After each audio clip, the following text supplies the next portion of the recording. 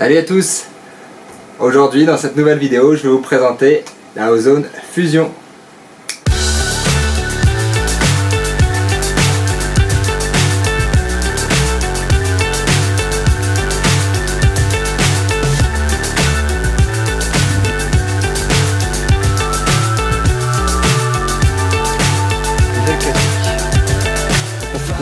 Alors pour vous situer un petit peu mon background avec la marque Ozone, du coup moi j'ai pas mal ridé du matos de leur marque. Moi j'ai commencé avec les R1 en élacaisson et du coup aussi en wing. Ma première wing c'était une Wasp, une Wasp première version, et je connais bien aussi les Ozone Edge.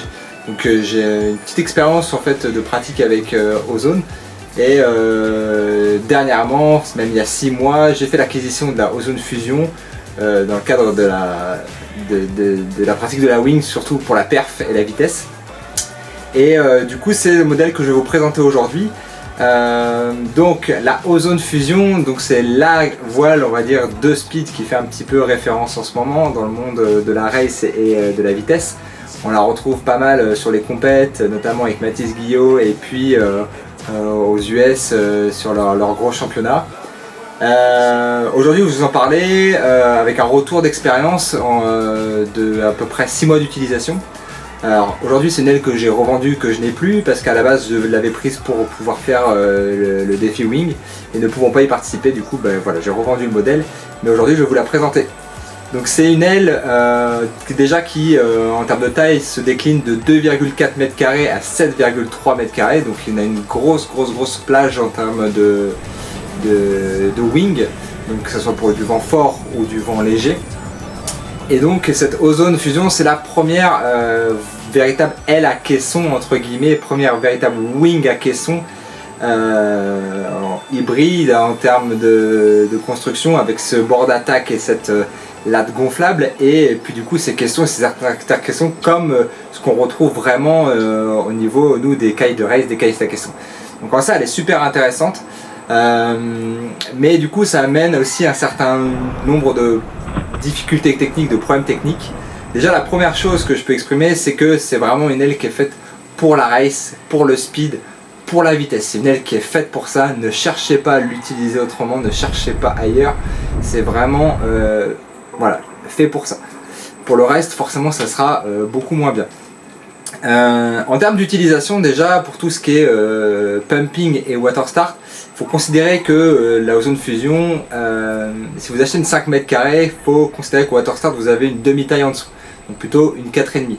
Donc, en utilisation, une fois qu'on est en navigation, on sent bien qu'on a une 5 m² entre les mains, mais au pumping, le temps qu'elle se mette en pression, comme une aile à caisson qui va venir se gonfler, et du coup le pumping est un petit peu moins efficace qu'une aile classique. C'est pour ça qu'il va falloir chercher à surtoiler, plutôt viser comme si on avait une voile en demi-taille en dessous.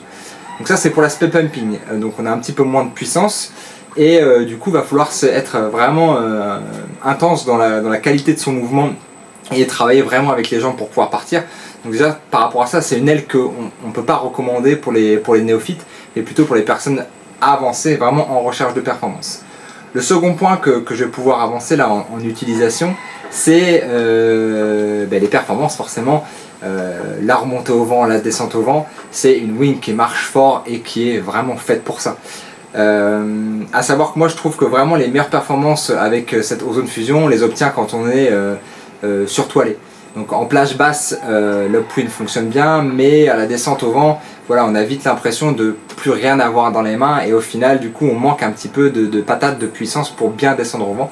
Donc moi je la recommanderais vraiment en plage d'utilisation plutôt haute pour cette Ozone Fusion. Ensuite, troisième point qu'on peut avancer, c'est au niveau des manœuvres. Donc au niveau des manœuvres, elles sont forcément aussi plus techniques. Donc on a une aile du coup qui a un double profil. Donc il n'y a pas de creux au niveau de l'intrado, et du coup ce qui fait que quand on va faire une manœuvre, quand on va surtout au niveau des virements, il faut être vigilant à pas vous prendre le vent à contre en quelque sorte, si on met une mauvaise incidence au niveau de la voile. Et pareil au niveau des jibes, c'est une voile qui est plus technique dans le côté manœuvrabilité, dans le côté portance, que peut avoir une aile de wing classique. Donc il y a un travail à faire quand on bascule sur ce genre de voile, sur ces manœuvres en termes techniques pour que vraiment elles soient parfaites. Si vous avez des manœuvres déjà parfaites, vous arriverez à manier facilement la fusion, mais si voilà, vous êtes léger sur vos manœuvres, c'est pas forcément encore le temps de passer sur ce genre de voile, vous avez d'autres choses à bosser, donc continuez à bosser vos manœuvres. Quand vous les aurez à 100%, ben voilà, vous pourrez passer sur ce genre de voile. Donc moi, mon conseil, c'est vraiment ça. Donc comme je disais, c'est une aile qui est vraiment faite pour la performance. Pour la vitesse, pour la race, il n'y a pas mieux en ce moment. Mais du coup, ça vient avec son lot de défauts. Le lot de défauts, comme j'ai dit, déjà, c'est la qualité de pumping, la difficulté pour les manœuvres, mais aussi tous les petits à côté qui font que ben, voilà, c'est des défauts de jeunesse en quelque sorte. Au niveau de la construction de base sur la wing, moi, je n'ai pas retrouvé de recommandation pour le gonflage. Il n'y a pas eu de manuel, il n'y a aucune inscription sur la voile. Et à l'époque où je l'ai acheté, il n'y avait aucune recommandation en ligne sur il faut gonfler la latte à XPSI et le bord d'attaque à XPSI. Donc en ça, moi, je me suis retrouvé un petit peu sans rien à la faire essayer à d'autres personnes et il n'y avait pas de recommandation. Je ne sais pas si ça a été changé à l'heure actuelle, mais en tout cas, moi, il y a 5 mois, quand je l'avais entre les mains, j'avais aucune information là-dessus. Donc ça, pour moi, c'était un premier défaut en termes d'information. Et le deuxième défaut en termes d'information construction, c'est qu'on est sur une wing à caisson. Donc une wing à caisson, c'est comme une voile à caisson pour faire sécher quand c'est mouillé. Et les amateurs de la caisson connaissent bien, c'est la galère. Il faut éviter de la mettre dans le sable, il faut éviter de la rouler mouillée parce que sinon ça la transforme en sushi. C'est des wings qu'il faut éviter aussi de laisser en plein soleil parce que le spi n'aime pas, voilà, les spi des ailes à caisson, on n'est pas fan des UV, etc. Donc toutes ces difficultés-là, plus l'absence de manuel, l'absence de recommandations sur comment finalement on va rouler et sécher cette ozone fusion, et ben moi ça m'a un petit peu agacé au départ et du coup la meilleure solution que j'ai trouvée c'est finalement de la ranger soit dans son sac, soit dans un bac étanche et puis d'arriver chez moi et de l'accrocher en fait du coup par la poignée avant directement et de la suspendre et puis de la laisser comme ça à l'ombre en suspension. Parce que sinon si on la laisse sécher au soleil ça prend les UV, si on la roule directement on a du sable partout et à la première utilisation, moi n'ayant aucune recommandation, du coup je l'ai laissé sécher au soleil, c'était pas parfaitement sec à l'intérieur et puis en fait à la deuxième utilisation je me suis retrouvé avec des petites taches un petit peu partout sur le spi, ce qui est dommage quoi, on aurait pu avoir des recommandations et des informations là-dessus. Donc ça c'est le côté que je regrette un petit peu là, c'est le manque d'informations qu'il y a eu autour de ce rangement ou de cette préparation d'aile, etc. Ensuite, là j'ai pas mal parlé de feeling, je vais parler maintenant en termes de construction. Donc en termes de construction, bon, on va plus la présenter, vraiment c'est le modèle de référence et le seul pour l'instant en wing à caisson. Donc on retrouve vraiment des ouvertures pour que l'aile se mette en pression, pour que l'aile circule à l'intérieur. Et du coup ces ouvertures c'est intéressant parce qu'il y a une espèce de clapet à tirer autour qui...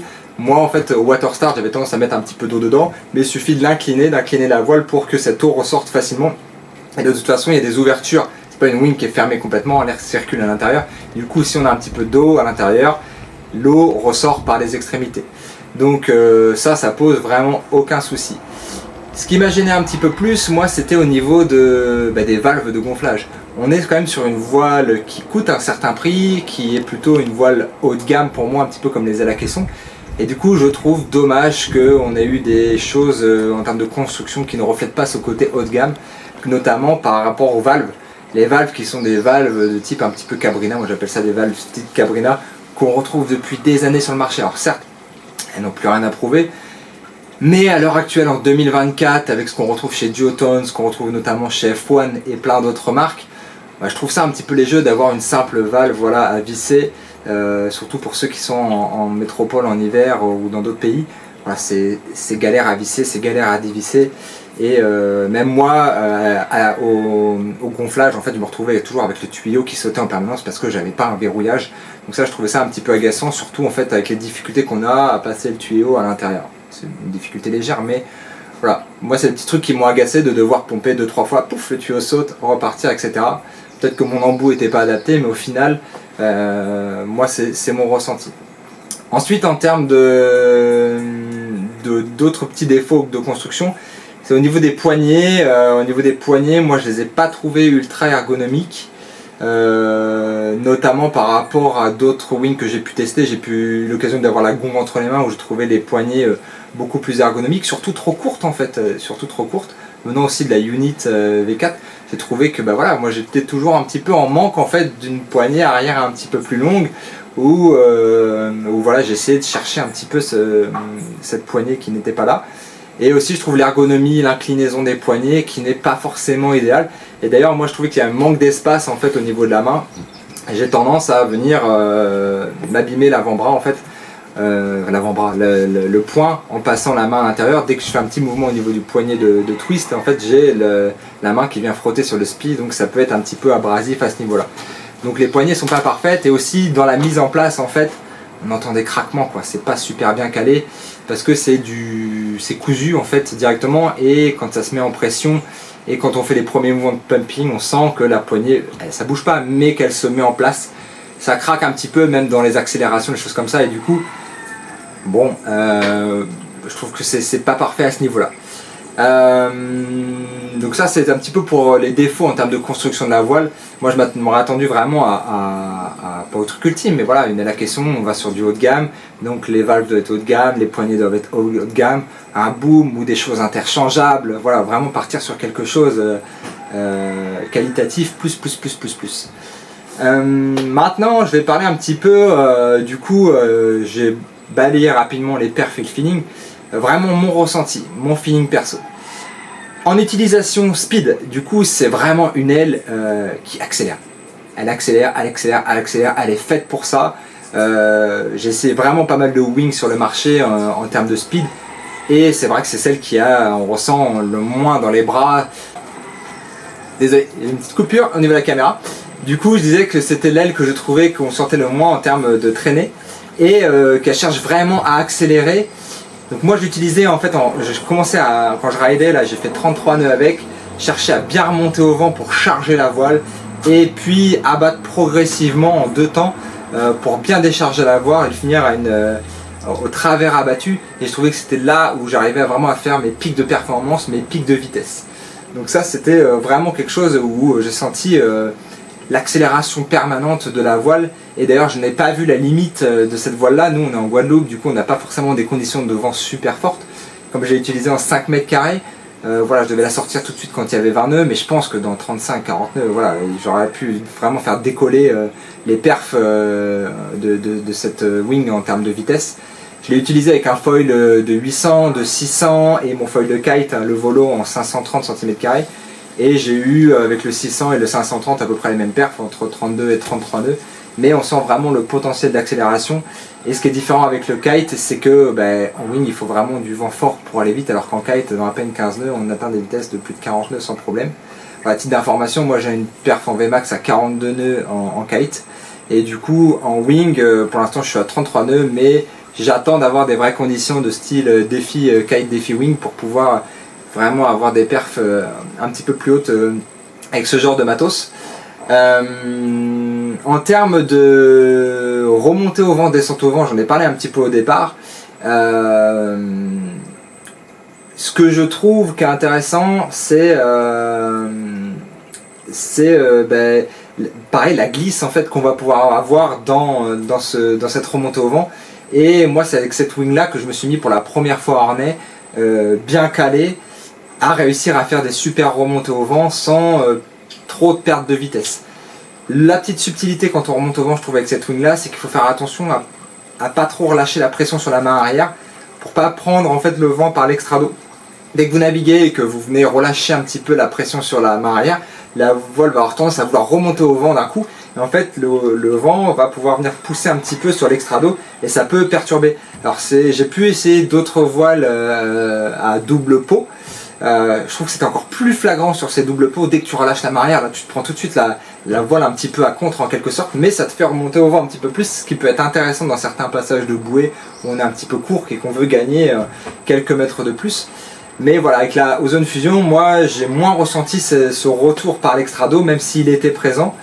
Et moi ce qui m'a impressionné, toujours pareil, c'est ce côté glisse et accélération à la remontée au vent qui est vraiment top. À la descente au vent, franchement, j'ai mis vraiment du temps à m'y faire, j'ai eu vraiment du temps à m'habituer et j'ai compris qu'en fait il fallait que je sois vraiment toilé pour bien descendre au vent dans des conditions de vent légères. En fait, j'ai l'impression que la voile se perd un peu en pression. Voilà, quand on est au travers, en remontée au vent, il y a beaucoup de vent qui va rentrer dans la voile et on va avoir beaucoup de vent apparent. Et du coup, on a une voile qui va être bien tendue, bien en pression, alors que quand on est en descente au vent, du coup, on a peu de vent apparent. On a l'impression d'avoir une voile plutôt molle. Et en ça, moi j'avais des difficultés à trouver les petits réglages techniques pour pouvoir bien descendre au vent. Et je les ai trouvés uniquement à partir du moment où je commençais à toiler fort en fait. Et c'est là où je pense que ça prend tout son sens. C'est une voile qu'il faut naviguer toiler. C'est pas une voile qui est faite pour le light, hormis les 7,3 mètres carrés, etc. Voilà, si vous prenez des grosses bâches, forcément, ça va être plus intéressant dans le light. Mais moi, avec ma 5 mètres carrés, dans moins de 15 nœuds, il n'y avait aucun intérêt, quoi. J'étais plus performant à prendre une unit en 5.5 par exemple, plutôt que de basculer sur la Ozone Fusion. Donc je pense vraiment que la voile, c'est actuellement la meilleure du marché par rapport à ça. Mais comme je disais, en termes de construction et en termes de pratique, c'est une voile qui est vraiment exclusive pour faire ça. Ne l'achetez pas si vous voulez faire autre chose, ça ne servira à rien. Et c'est pas, enfin, ça n'a aucune utilité quoi pour moi. Malheureusement, c'est une voile qui est un petit peu trop exclusive pour tous les pratiquants. Alors après, on pourra débattre sur ce côté-là. C'est un petit peu la tendance que prennent aussi les ailes à caisson performance maintenant. On a des ailes qui sont finalement ultra performantes au vent, descendent au vent, mais bon, qui sont fragiles. Et aussi qui sont du coup difficiles à revendre.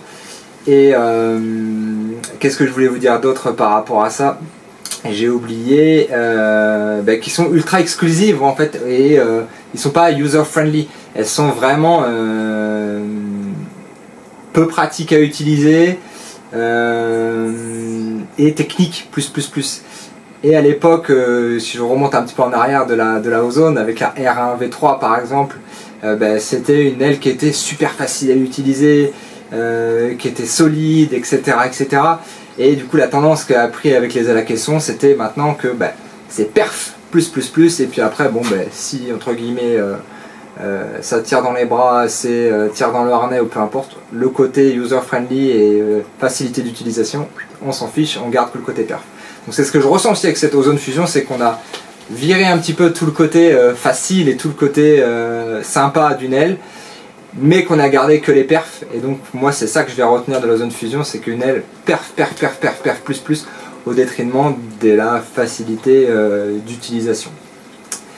Donc voilà, j'ai à peu près fait le tour un petit peu de tout ça. J'espère que cette vidéo vous a plu.